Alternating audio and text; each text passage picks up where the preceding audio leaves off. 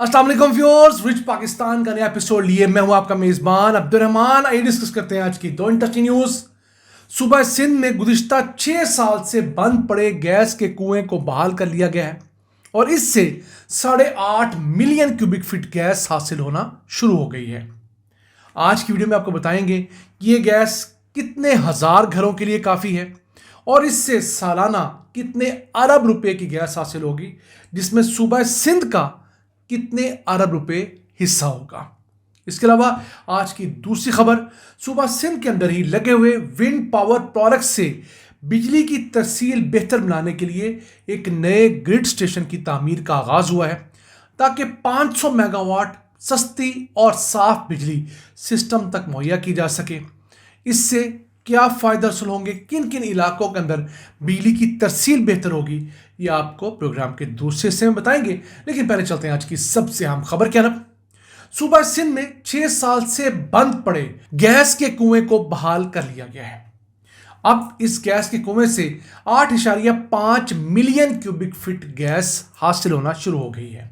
यह कुआं हाला ब्लॉक में वाक़ है, जो कि मटियारी और सांगर डिस्ट्रिक्ट के अंदर लाई करता है और इससे इस हाला ब्लॉक की गैस प्रोडक्शन के अंदर 56% इजाफा हो गया है। वैसे इस हाला ब्लॉक को 2004 में दिया गया था यहाँ पर एक्सप्लोशन के लिए।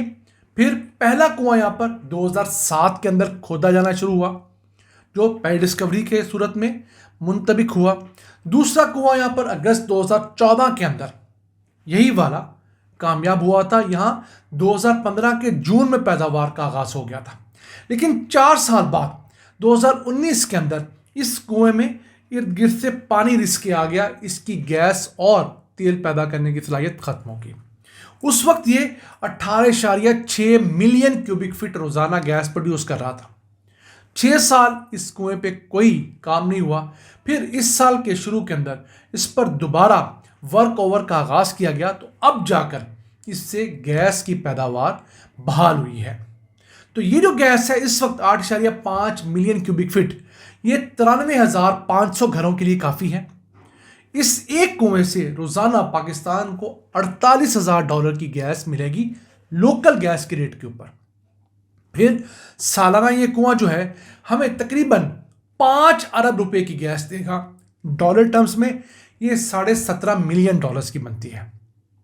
और अगर ये पुरानी गैस जितनी गैस प्रोड्यूस करना शुरू कर देता है 18.6 मिलियन क्यूबिक फीट, तो इस एक कुएं से हर रोज $1 लाख और सालाना $37.34 मिलियन की गैस मिलेगी और ये 10.5 अरब रुपए की बनती है।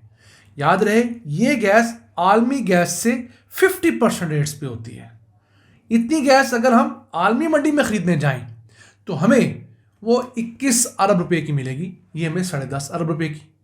और इसके ऊपर हमें रॉयल्टी भी मिलेगी, जो सूबा सिंध की जो है वो मलकियत होगी। 1 अरब 20 करोड़ रुपए हर साल इस कुएं से सूबा सिंध को रॉयल्टी मिलेगी, जो सूबा सिंध अपने बजट में इस्तेमाल कर सकता है। इस तरह के दर्जनों और मंसूबे हैं, कुएं हैं जो किसी न किसी वजह से बंद पड़े हैं। किसी की पैदावार कम हो गई है, किसी में इसी तरह का टेक्निकल इशू आया है।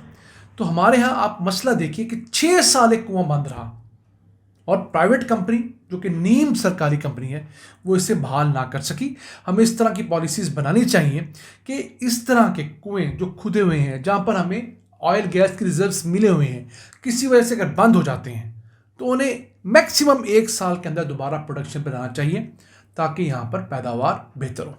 अब ये जो हाला ब्लॉक है इसके अंदर मजमूई तौर पर 5 कुएं अब प्रोडक्शन दे रहे हैं। पहले 4 थे, तो 4 कुआं से जो टोटल पैदावार थी वो 15 मिलियन क्यूबिक फीट थी। अब इस कुएं के आने के बाद वो पैदावार बढ़कर कोई 23.5 मिलियन क्यूबिक फीट हो गई है। इसके अलावा ये सारा का सारा ब्लॉक जो है वो 90 बैरल तेल भी पैदा कर रहा है। तो पाकिस्तान के अंदर पोटेंशियल बड़े हैं। हमारे मसाइल हम आपको गाहे बगाए बताते रहते हैं कि हमने 2004 में लाइसेंस दिया और इसमें पहली डिस्कवरी 2007 में हुई, लेकिन सिस्टम में शामिल होते होते 2015 आ गया। हमें इन चीज़ों की तरफ ध्यान देना चाहिए। ये 10 साल का बहुत बड़ा पीरियड होता है लाइसेंस देने से प्रोडक्शन तक। आइए चलते हैं आज की दूसरी अहम खबर की तरफ। सुबह सिंध में पाकिस्तान भर की विंड एनर्जी का पोटेंशियल 70% है। अगर पाकिस्तान 3,46,000 मेगावाट विंड एनर्जी से बिजली पैदा करने की सलाहियत रखता है तो उसमें से 70% सिर्फ सिंध में पैदा हो सकती है। सिंध ने इसी सिलसिले में अब तक कुछ 36 विंड फार्म्स लग चुके हैं, जिनसे 1,845 मेगावाट बिजली पैदा हो रही है।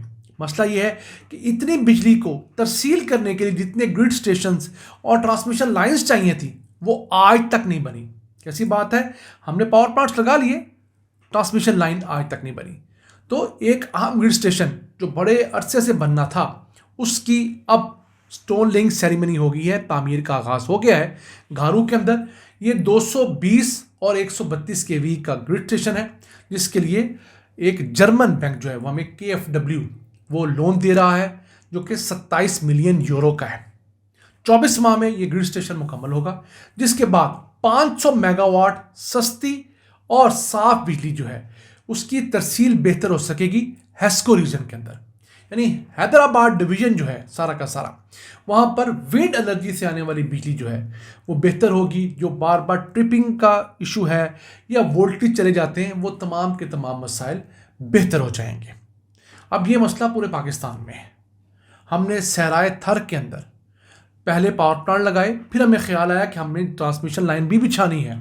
इसी तरह पूरे मुल्क का अगर हम देखें तो हमारे यहाँ जो अब लोड शेडिंग हो रही है वो इस वजह से हरगिज़ नहीं होती कि पाकिस्तान के अंदर कोई बिजली पैदा करने की सलाहियत कम है।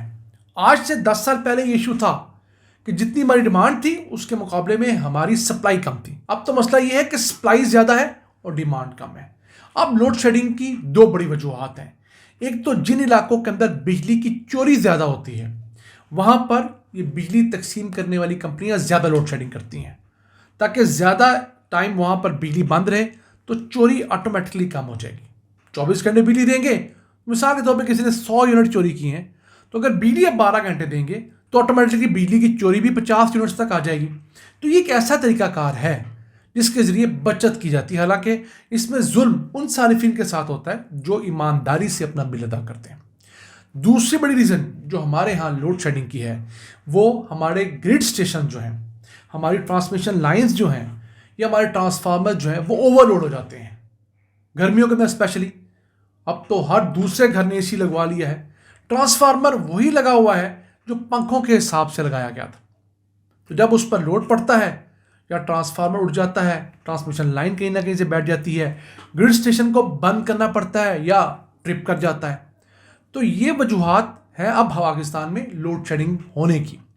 तो इस तरह के ग्रिड स्टेशन अगर आएंगे आहिस्ता आहिस्ता तो हमारे यहाँ जो हमारे पावर प्लांट से बिजली पैदा हो रही है वो भी बेहतर तरीके से नेशनल ट्रांसमिशन नेटवर्क में आएगी और आगे से मेरे और आपके घर तक जब पहुंचेगी तो लाइन लॉसेस भी कम होंगे, ट्रिपिंग कम होगी, वोल्टेज कम होने का भी मसला हल होगा।